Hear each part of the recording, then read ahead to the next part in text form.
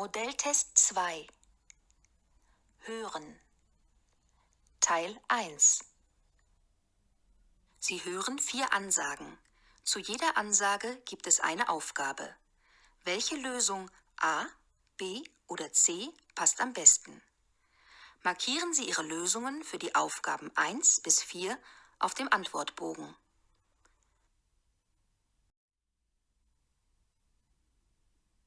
Beispiel: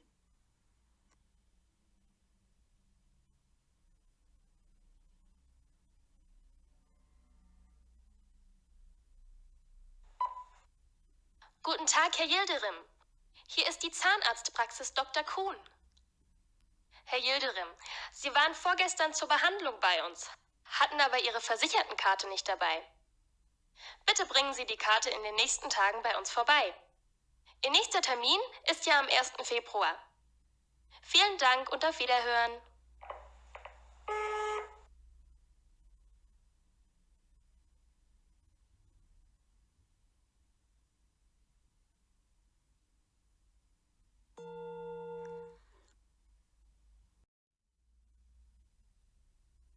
Nummer 1.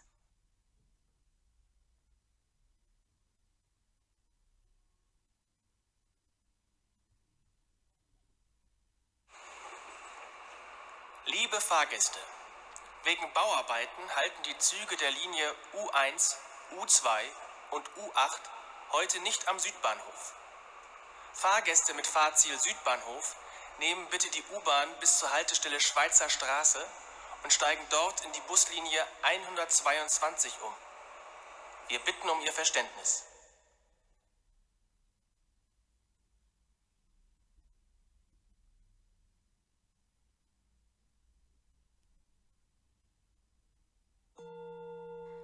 Zwei.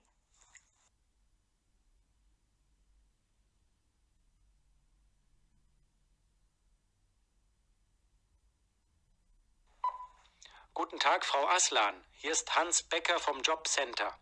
Frau Aslan, wir haben eigentlich am kommenden Freitag um 11 Uhr einen Termin. Leider bin ich aber bis Anfang nächster Woche auf einer Fortbildung. Wir müssen also einen neuen Termin ausmachen. Passt Ihnen nächste Woche Dienstag 9 Uhr? Ich bitte Sie deswegen um einen Rückruf. Melden Sie sich bitte im Sekretariat.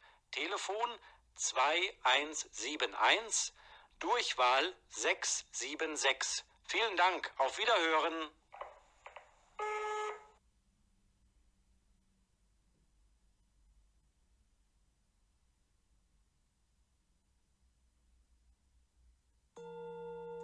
Nummer 3.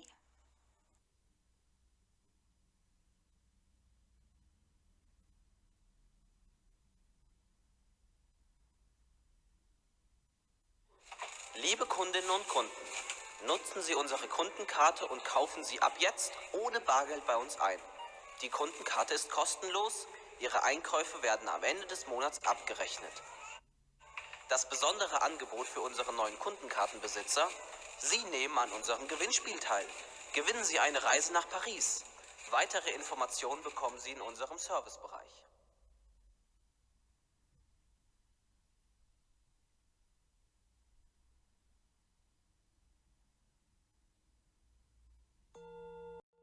Nummer 4.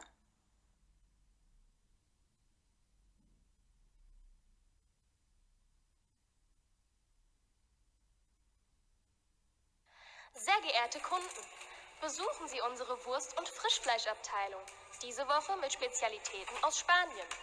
Außerdem bieten wir Ihnen spanische Erdbeeren und Orangen zum Sonderpreis. Die 250 Gramm Schale Erdbeeren für nur 98 Cent, das Kilo spanische Orangen für nur 1,29 Euro. Probieren Sie auch unser frisches Gemüse und unsere frischen Gewürze aus dem Mittelmeerraum.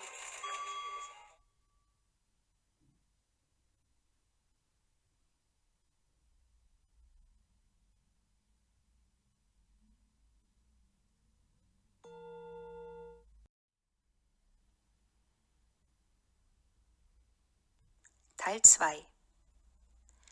Sie hören 5 Ansagen aus dem Radio. Zu jeder Ansage gibt es eine Aufgabe. Welche Lösung A, B oder C passt am besten. Markieren Sie Ihre Lösungen für die Aufgaben 5 bis 9 auf dem Antwortbogen.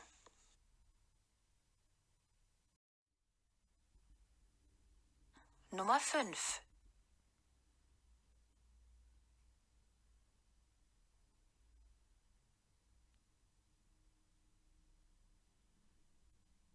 Und hier die Wettervorhersage für Deutschland. Morgen ist es im Süden wieder den ganzen Tag über sonnig. Temperaturen zwischen 5 und 10 Grad. Im Nordosten dagegen bewölkt, vereinzelt mit etwas Sprühregen oder Schnee. Dabei gehen die Temperaturen zurück auf 1 bis 4 Grad. Es wird also noch etwas dauern, bis der Frühling kommt.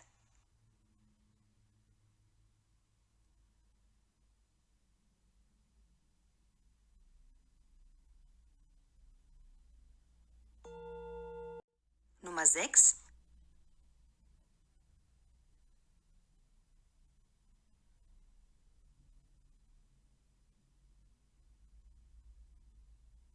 Liebe Hörerinnen und Hörer, hier unser Programm für die Woche. Sie hören aus der Sendereihe Unser Ratgeber die folgenden Sendungen.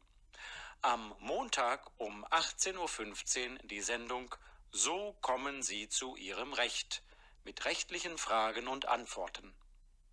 Am Mittwoch um 18:15 Uhr die Sendung Aus der Arbeitswelt. Jobberater sprechen über Themen aus der Arbeitswelt, auch über richtige Bewerbungen. Am Samstag um 10:40 Uhr die Sendung Welt der Mode mit den aktuellsten Modetipps. Und am Sonntag um 12:15 Uhr den Gartenratgeber mit Ratschlägen für Ihre Gartenarbeit. Schicken Sie uns Ihre Fragen und schalten Sie ein.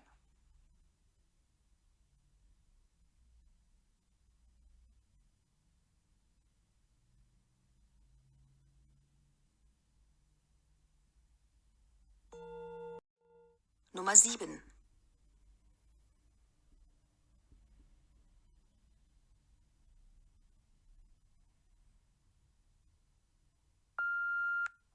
Und hier die Verkehrsmeldungen. A1.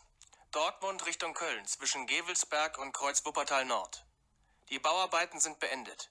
Die Straße ist wieder vierspurig befahrbar. Der Stau auf der A3 Köln Richtung Frankfurt zwischen Kreuz Köln Ost und Dreieck Heuma hat sich aufgelöst. Auch hier können Sie wieder normal fahren. Achtung Autofahrer auf der A31 Bottrop Richtung Gronau. Zwischen Heeg und Gronau-Ochtrup kommt Ihnen ein Fahrzeug entgegen. Fahren Sie langsam, äußerst rechts und überholen Sie nicht.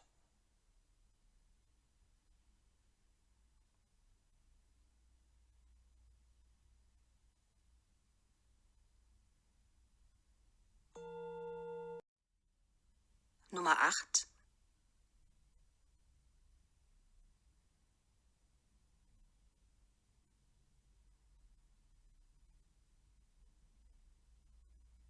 Haben Sie Lust auf einen Wochenendtrip nach Italien? Radio Pop FM macht's möglich. Rufen Sie an und sagen Sie uns, was zurzeit Ihr Lieblingssong ist. Welcher Song soll in die Hitparade? Mit etwas Glück gewinnen Sie ein Wochenende in Rom für 2 Personen im 4-Sterne-Hotel. Daneben gibt's jede Woche 10 Einkaufsgutscheine im Wert von 150 € zu gewinnen. Also, anrufen und gewinnen mit Radio Pop FM.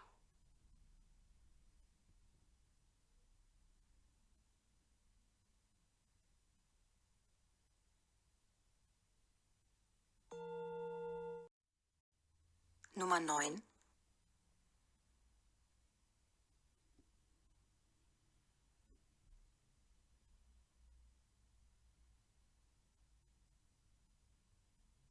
Das waren die Nachrichten. Und hier noch eine Meldung der Polizei. Seit gestern Abend wird Herr Rainer Lohmann vermisst. Herr Lohmann ist 80 Jahre alt und war auf dem Weg von der Hermannstraße zu seiner Wohnung in Frankfurt-Griesheim. Herr Lohmann ist ca. 1,70 Meter groß, trägt einen braunen Wintermantel und eine Brille. Er hat Schwierigkeiten, sich zu orientieren. Hinweise nimmt jede Polizeidienststelle entgegen.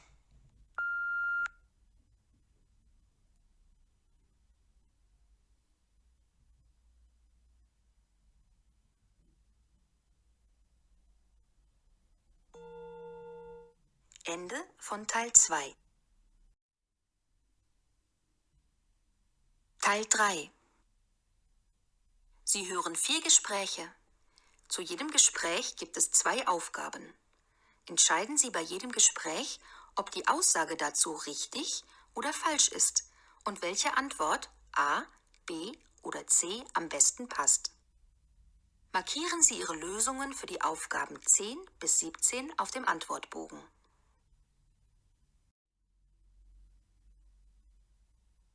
Beispiel: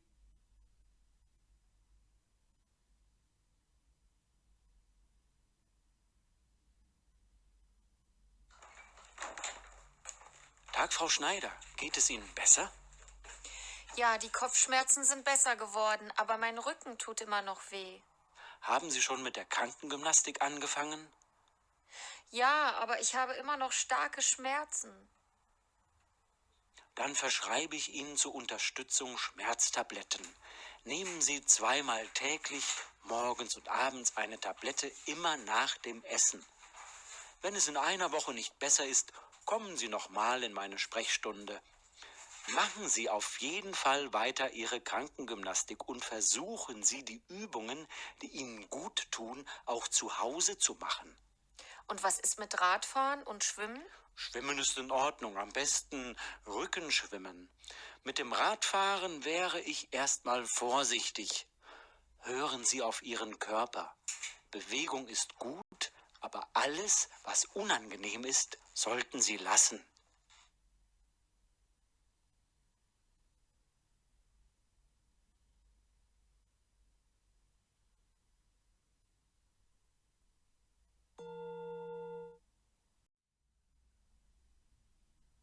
Nummer 10 und 11.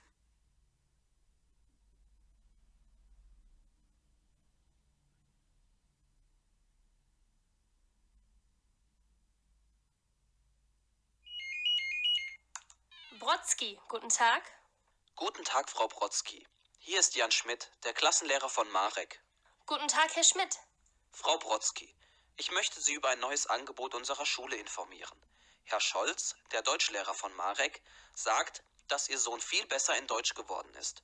Aber er hat leider immer noch Probleme in Mathematik. Ja, ich weiß. Wir haben auch schon an Nachhilfe gedacht, aber das ist teuer. Ja, deswegen rufe ich Sie an. Bei uns in der Schule gibt es seit kurzer Zeit eine Hausaufgabenbetreuung für die Kinder. Täglich nachmittags in der Zeit von 13 bis 14 Uhr. Dieses Angebot kann ich Ihnen für Marek sehr empfehlen. Vielen Dank. Davon wusste ich noch gar nichts. Und dort bekommt er Hilfe in Mathematik? Ja, und in allen anderen Fächern auch, wo es nötig ist. Sie können sich im Sekretariat weiter über die Einzelheiten informieren. Vielen Dank für den Rat, Herr Schmidt. Das ist bestimmt eine gute Möglichkeit für Marek. Gern geschehen. Viel Erfolg und auf Wiederhören.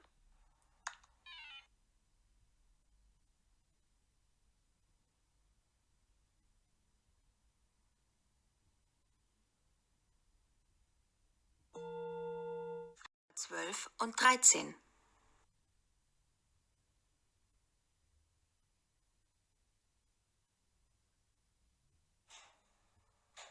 Guten Tag. Guten Tag, Herr Kowalski. Ich habe noch Fragen zu meinem Antrag auf Wohngeld. Ich habe schon das meiste ausgefüllt. Können Sie mal schauen, ob alles stimmt und was noch fehlt? Mal sehen, Herr Kowalski. Ja, eine Frage. Nutzen Sie die Wohnung oder einen Teil davon für Ihren Beruf als Arbeitsraum? Also arbeiten Sie auch selbstständig? Benutzen Sie die Wohnung beruflich? Nein, ich arbeite hier am Flughafen. Ich bin angestellt. Diese Arbeit habe ich vom Jobcenter bekommen. Die Verdienstbescheinigung habe ich auch dabei. Und alle anderen Papiere, auch den Mietvertrag, habe ich ja abgegeben. Gut, alle Papiere sind da. Hier fehlt aber noch Ihre Unterschrift. Wie lange wird es dauern, bis der Antrag bearbeitet ist? Nun, ich denke, in 4 Wochen bekommen Sie Bescheid.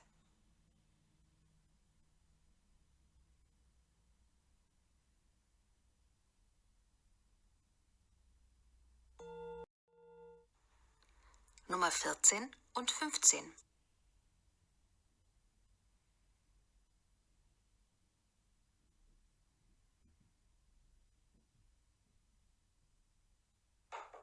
Guten Tag. Guten Tag, Frau Mavinga. Sie interessieren sich also für die Stelle als Verkäuferin? Ja, ich habe schon in meinem Heimatland in einer Boutique gearbeitet und das hat mir großen Spaß gemacht. Das habe ich in Ihrer Bewerbung gelesen. Ihre Zeugnisse waren ja auch sehr gut. Frau Mavinga, wir suchen jemanden, der auch jeden Samstag voll arbeiten kann. Das ist für mich kein Problem. Wie sind denn die Arbeitszeiten? Im Moment suchen wir eine Teilzeitkraft, 20 Stunden pro Woche. Am Samstag müssten Sie 8 Stunden arbeiten, die anderen Stunden dann an den restlichen Tagen. Möchten Sie ganze Tage arbeiten oder lieber öfters halbtags? Eigentlich suche ich eine Vollzeitstelle. Also, es ist gut möglich, dass wir die Teilzeitstelle in eine Vollzeitstelle umwandeln werden. Das entscheidet sich im nächsten Quartal. Ja, das hört sich gut an. Gut, wir sagen Ihnen dann Bescheid.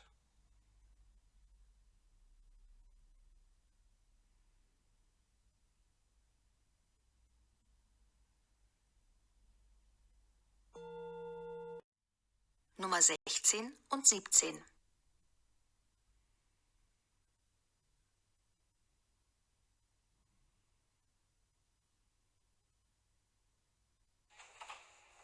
Guten Tag. Ich habe vor 2 Wochen meine Waschmaschine zur Reparatur gegeben. Ich warte immer noch. Das tut mir leid. 2 Mitarbeiter sind krank, deshalb konnten wir Ihre Waschmaschine noch nicht reparieren. Ich brauche sie aber dringend. Können Sie mir nicht ein Ersatzmodell geben, bis meine Waschmaschine fertig ist? Das ist schwierig. Wenn Sie noch ein paar Tage warten können, wir führen die Reparatur sofort durch. Wir liefern Ihnen Ihre Waschmaschine dann spätestens am Samstagvormittag oder schon früher, wenn es möglich ist. Wären Sie damit einverstanden? Gut, aber dann hätte ich jetzt doch gern einen konkreten Liefertermin. Wir können Ihnen am Donnerstag Bescheid sagen. Wir rufen Sie an und machen mit Ihnen einen Termin für Freitag oder Samstag aus. Ich arbeite immer nachmittags, auch samstags. Kein Problem. Wir können auch morgens ab 7 Uhr vorbeikommen. Gut, bis dann. Auf Wiedersehen.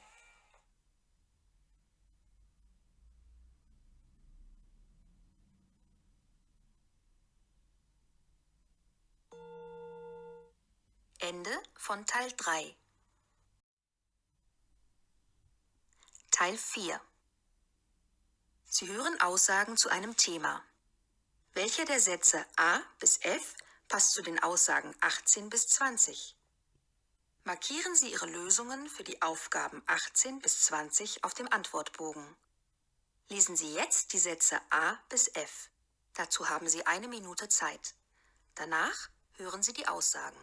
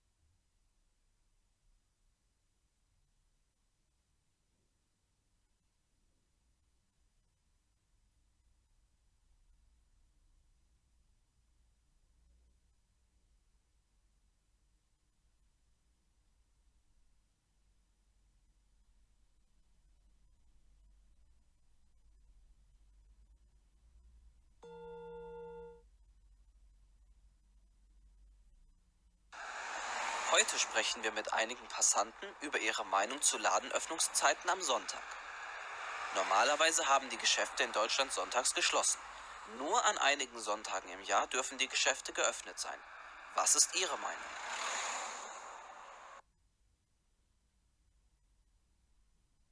Beispiel. Das soll doch jeder selbst entscheiden. Ich finde es gut, dass man inzwischen an Werktagen länger einkaufen kann. Warum dann nicht auch am Sonntag? Vor Weihnachten ist das ja auch erlaubt. Dann dürfen die Geschäfte aufhaben. Warum also nicht an allen Sonntagen?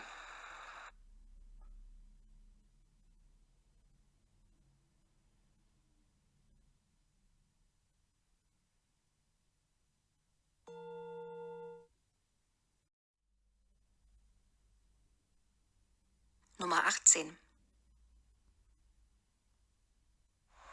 Natürlich ist es für die Kunden schön, wenn sie einkaufen können, wann sie möchten, auch sonntags. Aber haben Sie auch einmal an die Angestellten gedacht? Ich glaube nicht, dass sie begeistert sein werden, sonntags zu arbeiten. Auch wenn sie einen anderen Tag in der Woche frei bekommen, ist das nicht dasselbe. Der Sonntag gehört der Familie.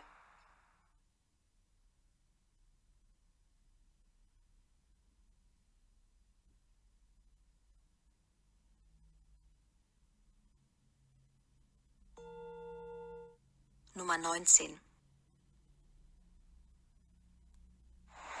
Ich muss Ihnen ehrlich sagen, ich muss zwar manchmal sonntags arbeiten, ich bin Kellnerin. Und ich und viele meiner Kolleginnen finden das in Ordnung. Der Vorteil eines freien Sonntags ist aber, es ist einfach angenehm, einen Tag in der Woche zu haben, an dem die Welt ruhig ist, man keinen Stress hat und auch nicht durch die Geschäfte gehen muss. In unserer hektischen Welt wird man dadurch gezwungen, einmal abzuschalten, nichts zu tun. Das finde ich unglaublich wichtig.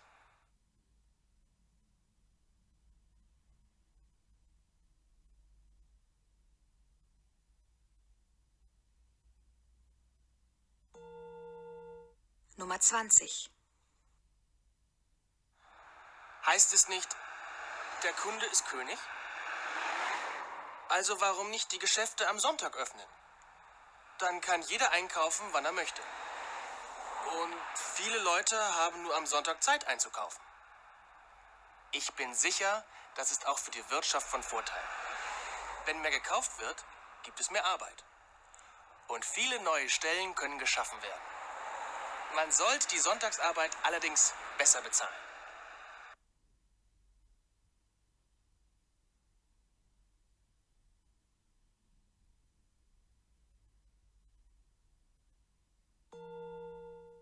Ende von Teil 4. तो हमने talc dataset की हॉर्न कर ली है। अब उसके lösungen देख लेते हैं, जो कि ये रहे। मुझे ज़रूर बताएं कि आपके 20 में से कितने मार्क्स आए।